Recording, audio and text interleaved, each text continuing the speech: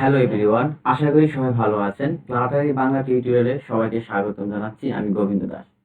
তো আজকে আমরা যে ভিডিও লেকচারটি থাকবে কন্ট্রোল ফ্লো স্টেটমেন্টের লাস্ট যে টপিকটা সেটা হলো সুইচ। তো জেনে নেওয়া যাক সুইচ কি, সুইচ কিভাবে কাজ করে। সুইচ হচ্ছে the switch statement evaluates an expression match the expression's value to case falls and executes the statement. যে স্টেটমেন্টে আমরা যে এক্সপ্রেশন যে ভ্যালুটা দেব সেই ম্যাচটা করে নেওয়া হচ্ছে সুইচের কাজ।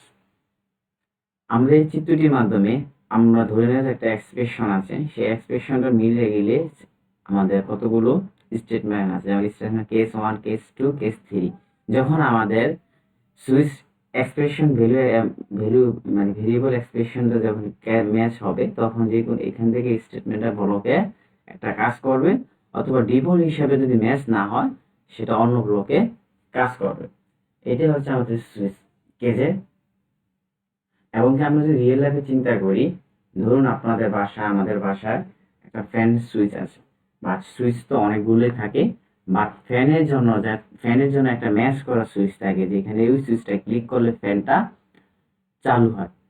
তো ঠিক আমাদের প্রোগ্রামিং এর ভাষায় ঠিক আমাদের এরকম একটা সুইচ এক্সপ্রেশন ভ্যালিড একটা এক্সপ্রেশন দেওয়া থাকে, সেই দেওয়াটা যখন ম্যাচ হবে তখন আমাদের একটা স্টেটমেন্ট নিয়ে সে কাজ করবে। ঠিক আছে। এবং কি আমরা সুইচ স্টেটমেন্টের সিনট্যাক্সটা দেখব। সুইচ স্টেটমেন্টের সুইচ, তারপর হচ্ছে আমাদের একটা ভেরিয়েবল এক্সপ্রেশন দেব, দেওয়ার পরে সুইচ স্টার্ট এবং সুইচ শেষ। তখন এখানে আমাদের ক্যাশে যে স্টেটমেন্ট আছে সেটা আমরা দেব লাস্ট হচ্ছে আমাদের ব্রেক। তো আমরা প্র্যাকটিক্যালি দেখে সুইচ স্টেটমেন্টের কাজটা পরিপূর্ণভাবে জানতে পারবো। ধরুন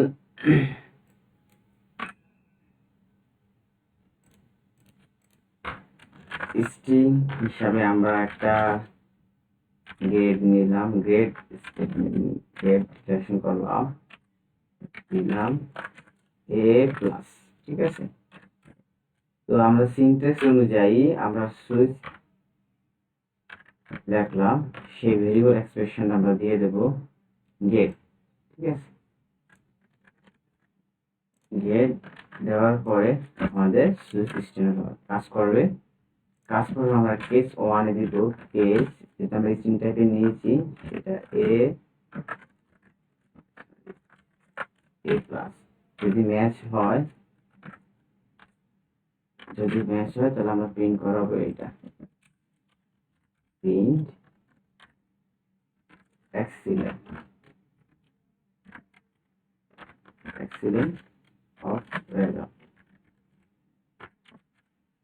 ঠিক আছে। এবং সেই কেসটা ব্রেক করুন।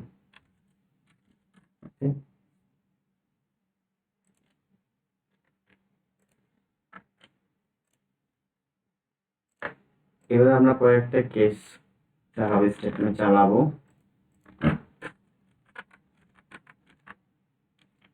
যদি এ পাই গুড রেজাল্ট,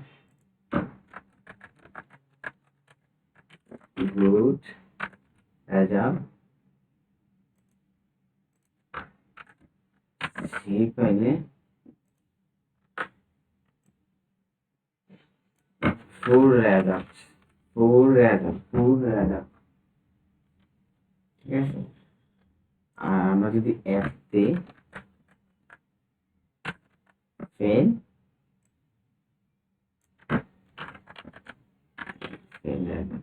ওকে। আমরা ডিফল্ট হিসেবে কোনো যদি ম্যাচ না করে, ডিফল্ট বলে দিলাম no match you result. Okay, break করে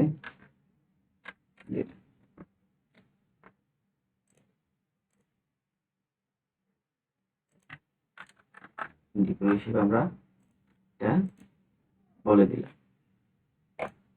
তো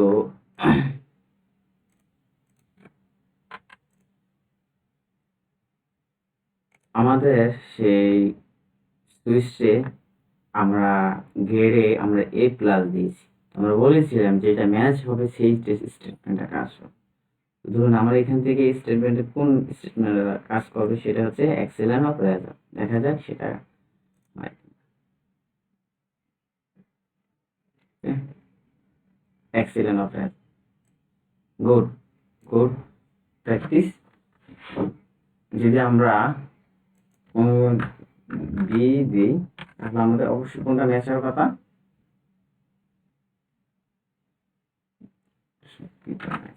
দিলাম তাহলে অবশ্যই ফুল অফ রেজাল্ট।